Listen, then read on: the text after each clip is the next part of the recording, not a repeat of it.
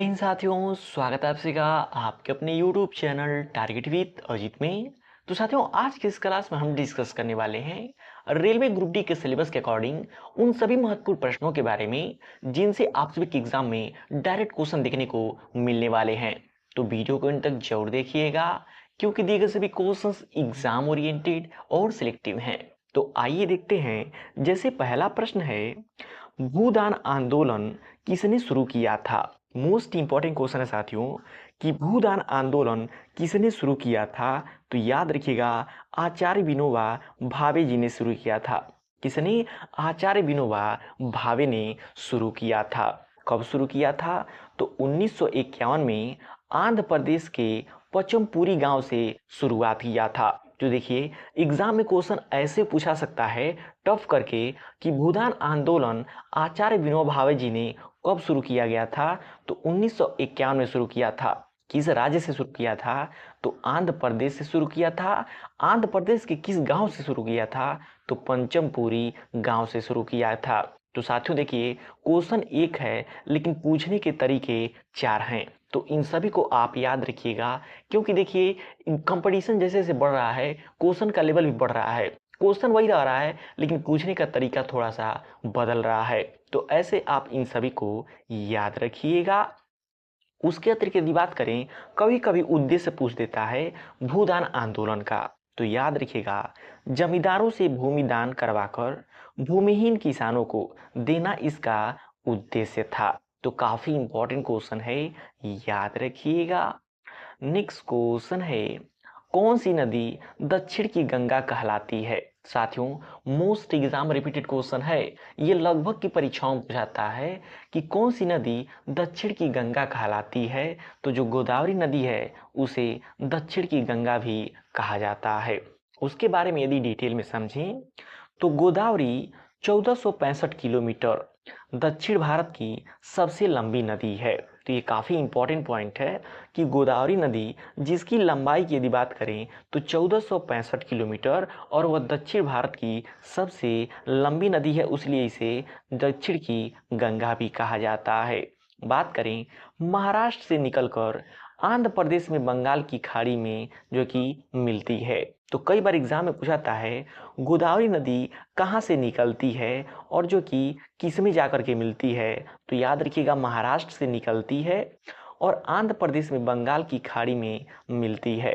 तो कई बार एग्जाम में बंगाल की खाड़ी और अरब सागर दोनों ऑप्शन देता है कि इनमें से किस में मिलती है। तो आप याद रखिएगा, जो गोदावरी नदी है वो बंगाल की खाड़ी में जाकर के मिलती है। तो साथियों, जितने भी हम पॉइंट बता रहे हैं उनको भी आप नोट करते जाइएगा क्योंकि क्वेश्चन यहीं से पूछे जाने वाले हैं। नेक्स्ट क्वेश्चन है, थार मरुस्थल किस राज्य में स्थित है? मोस्ट इंपॉर्टेंट क्वेश्चन है कि जो थार का मरुस्थल है वो भारत के किस राज्य में स्थित है। तो आई होप आप सभी लोग को पता होगा, राजस्थान में। थार मरुस्थल जो कि राजस्थान में स्थित है। बात करें, थार मरुस्थल भारत का सबसे बड़ा रेगिस्तान है। तो ये भी पॉइंट काफी इंपॉर्टेंट है। इसे ग्रेट इंडियन डेजर्ट भी कहा जाता है। एग्जाम में कभी कभी क्वेश्चन पूछा आता है ग्रेट इंडियन डेजर्ट किसे कहा जाता है। तो जो थार का मरुस्थल है उसे ग्रेट इंडियन डेजर्ट भी कहा जाता है, जो कि राजस्थान राज्य में स्थित है। किस राज्य में? राजस्थान राज्य में स्थित है। नेक्स्ट क्वेश्चन है, जीवाश्म ईंधन में कौन सा शामिल नहीं है? देखिए साथियों, 2019 के ग्रुप डी के एग्जाम में ये पूछा गया क्वेश्चन है कि जीवाश्म ईंधन में कौन सा शामिल नहीं है। तो जब भी बात करें जीवाश्म ईंधन की तो उसमें यूरेनियम शामिल नहीं होता है। बाकी बात करें कोयला, पेट्रोलियम, प्राकृतिक गैस, ये जो कि सामान्य ईंधन है, लेकिन बात करें जो कि यूरेनियम की तो यह जो कि परमाणु ईंधन हो जाता है।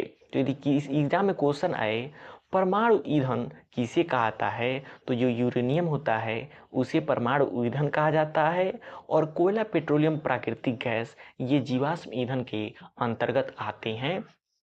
तो इन सभी पॉइंट्स को आप नोट करते जाइएगा। तो साथियों, क्वेश्चन का लेवल आप सभी लोग को देख के पता चल रहा होगा कि दिए गए सभी क्वेश्चंस एग्जाम ओरिएंटेड और सिलेक्टिव हैं।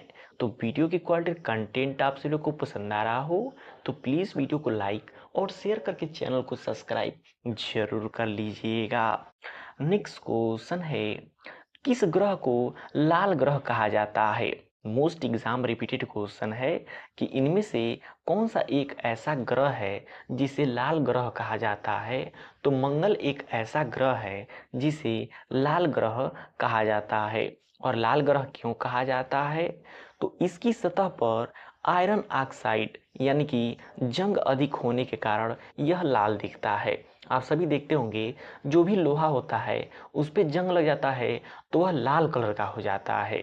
तो ठीक वही कंडीशन मंगल ग्रह का भी है, क्योंकि इसकी सतह पे आयरन ऑक्साइड यानी कि जंग अधिक होता है, जिससे यह लाल दिखाई देता है और इसलिए इसे लाल ग्रह भी कहा जाता है। नेक्स्ट क्वेश्चन है, स्वर्ण मंदिर कहाँ स्थित है? मोस्ट इंपॉर्टेंट क्वेश्चन है कि जो गोल्डन टेम्पल है वो कहाँ पे स्थित है? तो याद रखिएगा, अमृतसर में स्थित है। कहाँ पे स्थित है? अमृतसर, पंजाब में स्थित है। बात करें, स्वर्ण मंदिर सिख धर्म का प्रमुख तीर्थ है। किस धर्म का? सिख धर्म का प्रमुख तीर्थ है। इसे हर मंदिर साहिब भी कहते हैं। तो एग्जाम में क्वेश्चन यदि पूछा जाए कि किस मंदिर को हरमंदिर साहिब भी कहा जाता है, तो याद रखिएगा, जो गोल्डन टेम्पल है उसे हरमंदिर साहिब भी कहा जाता है। नेक्स्ट क्वेश्चन है, भारत में नोट जारी करने का अधिकार किसके पास है? मोस्ट इंपॉर्टेंट क्वेश्चन है कि भारत में नोट जारी करने का अधिकार किसके पास होता है? तो याद रखिएगा, आरबीआई के पास होता है। किसके पास होता है? आरबीआई के पास होता है। डिटेल में यदि समझें तो 1 रुपए का नोट छोड़कर सभी नोट आरबीआई जारी करता है और 1 रुपए के नोट वित्त मंत्रालय द्वारा जारी किया जाता है। और एग्जाम में कई बार क्वेश्चन ये पूछा चुका है, पीसीएस तक के एग्जाम में, कि जो कि 1 रुपए के नोट पे किसका हस्ताक्षर होता है? तो वित्त सचिव का हस्ताक्षर होता है। ये क्वेश्चन कई बार एग्जाम में पूछा जा चुका है। नेक्स्ट क्वेश्चन है, संविधान का कौन सा अनुच्छेद भारत को धर्मनिरपेक्ष राज्य घोषित करता है? भारत के संविधान का कौन सा अनुच्छेद भारत को धर्मनिरपेक्ष राज्य घोषित करता है? तो अनुच्छेद की नहीं बात करें तो प्रस्तावना हो जाती है।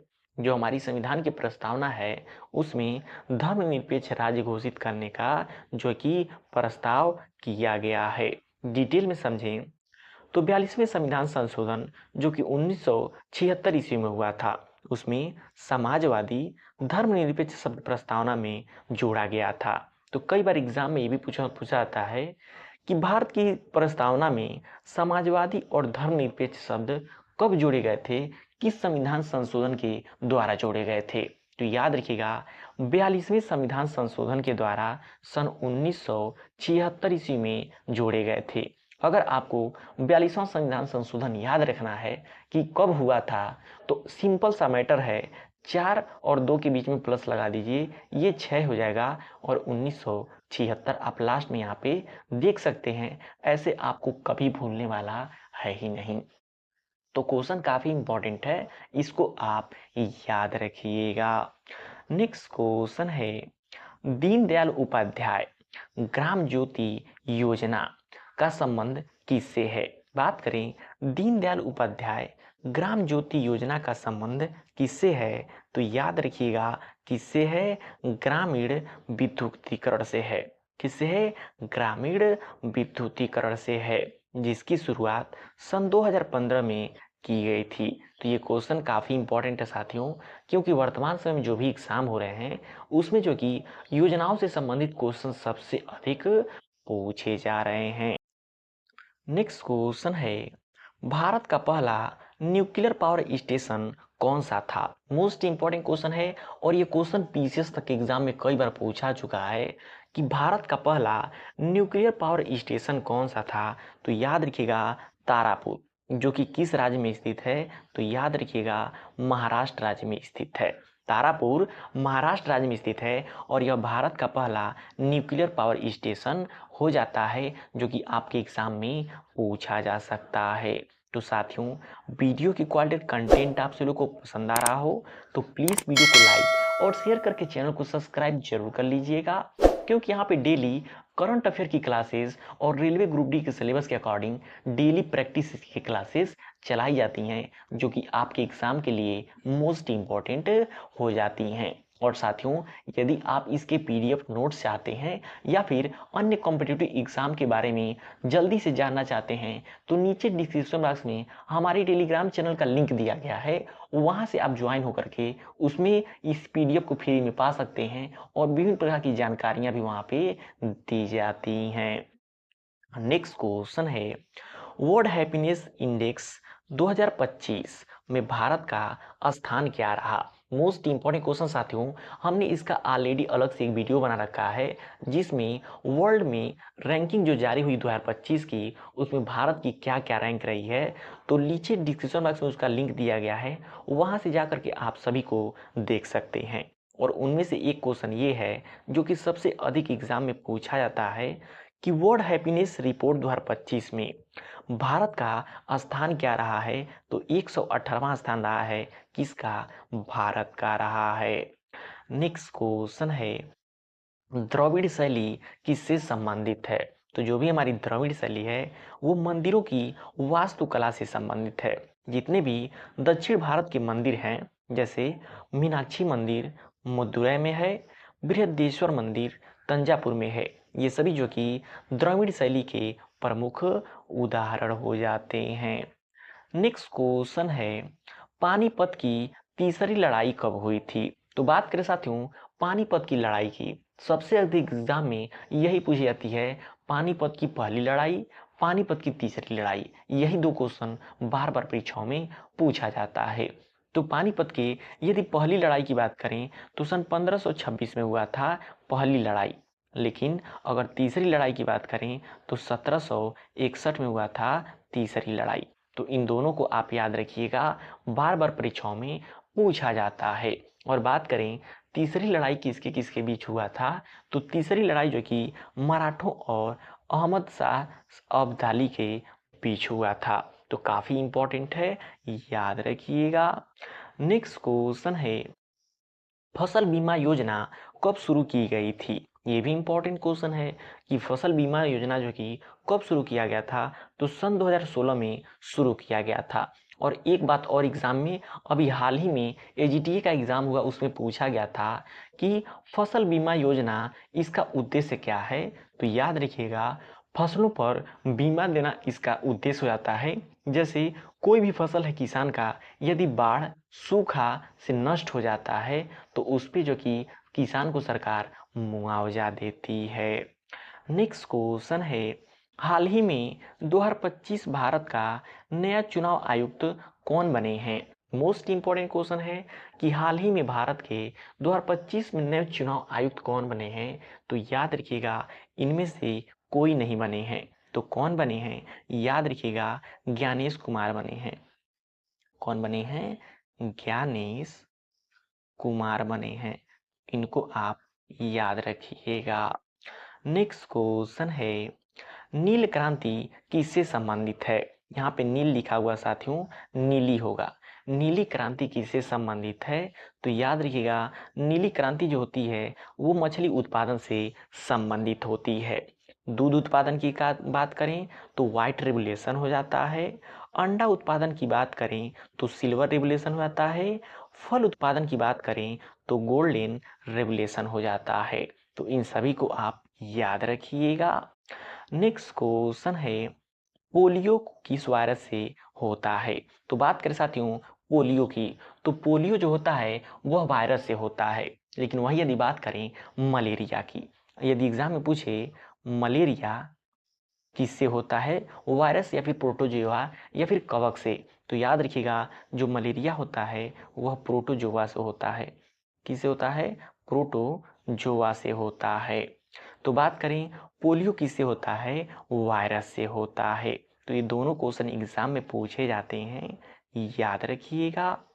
नेक्स्ट क्वेश्चन है, डिजिटल इंडिया मिशन कब शुरू किया गया था? तो सन 2015 में शुरू किया गया था। कब शुरू किया गया था? 1 जुलाई सन 2015 को प्रधानमंत्री नरेंद्र मोदी जी ने लॉन्च किया था। तो ये क्वेश्चन काफी इंपॉर्टेंट है, याद रखिएगा। नेक्स्ट क्वेश्चन है, चिपको आंदोलन का नेतृत्व किसने किया? बात करें साथियों चिपको आंदोलन की, तो सबसे पहले समझिए चिपको आंदोलन किससे संबंधित है? तो वनों की कटाई के रोक से संबंधित है चिपको आंदोलन। और इसके नेतृत्व किसने किया था? तो सुंदरलाल बहुगुणा ने किया था। किसने किया था? सुंदरलाल बहुगुणा ने किया था। नेक्स्ट क्वेश्चन है, नालंदा विश्वविद्यालय किस राज्य में स्थित है? बात करें साथियों नालंदा विश्वविद्यालय की, तो याद रखिएगा जो नालंदा विश्वविद्यालय है वह बिहार के नालंदा जिले में स्थित है, जिसका निर्माण गुप्त शासक कुमार गुप्त ने करवाया था। और इसका विध्वंस किसने कराया था? तो बख्तियार खिलजी ने कराया था। किसने? बख्तियार खिलजी ने कराया था। एग्जाम में कई बार पूछा गया है कि किसने कराया था? बख्तियार खिलजी ने इसका विध्वंस कराया था और निर्माण गुप्त वंश के शासक कुमार गुप्त द्वारा किया गया था। बात करें नालंदा विश्वविद्यालय की, तो यह प्राचीन शिक्षा का प्रमुख केंद्र था। तो कई बार एग्जाम में क्वेश्चन पूछाता है प्राचीन शिक्षा का प्रमुख केंद्र कौन था? तो याद रखिएगा नालंदा विश्वविद्यालय था। नेक्स्ट क्वेश्चन है, डॉपलर रडार का प्रयोग किसके लिए किया जाता है? तो मौसम पूर्वानुमान वेदर फोरकास्टिंग जो होता है उसके लिए डॉपलर रडार का प्रयोग किया जाता है। नेक्स्ट क्वेश्चन है, स्वराज पार्टी की स्थापना कब हुई थी? तो सन 1923 में। स्वराज पार्टी की स्थापना कब हुई थी? सन 1923 ईस्वी में हुई थी। बात करें चित्तरंजन दास और मोतीलाल नेहरू ने स्थापित किया था किसे? स्वराज पार्टी को। किसे? स्वराज पार्टी को स्थापित किया था। नेक्स्ट क्वेश्चन है, अंतर्राष्ट्रीय महिला दिवस कब मनाया जाता है? तो याद रखिएगा 8 मार्च को मनाया जाता है। क्या? अंतर्राष्ट्रीय महिला दिवस। और हाल ही में हुए साथियों पीईटी के एग्जाम में 7 क्वेश्चन सिर्फ जो कि महत्वपूर्ण दिवस से पूछा गया था, इसलिए मैं अपने डेली करंट अफेयर की क्लासेस में जो कि महत्वपूर्ण दिवस से संबंधित डेली एक क्वेश्चन करवाता हूं और उसके साथ उससे संबंधित महत्वपूर्ण दिवस का रिवीजन भी करवाता हूं। तो यदि आप मेरी डेली करंट अफेयर की क्लास देखते हैं तो आपको बहुत सारा फायदा होने वाला है आप सभी के एग्जाम में। नेक्स्ट क्वेश्चन है, मेक इन इंडिया अभियान कब शुरू किया गया था? तो सन 2014 में शुरू किया गया था। बात करें मेक इन इंडिया की, तो आप सभी लोग देखे होंगे प्रधानमंत्री नरेंद्र मोदी जी जो कि सबसे ज़्यादा जोर किस पे देते हैं? मेक इन इंडिया पे देते हैं कि आप लोग स्वदेशी सामानों का उपयोग करें और सबसे ज़्यादा मेक इन इंडिया जो कि सामान को बनाएं और उसका टैग भी आप ले लें।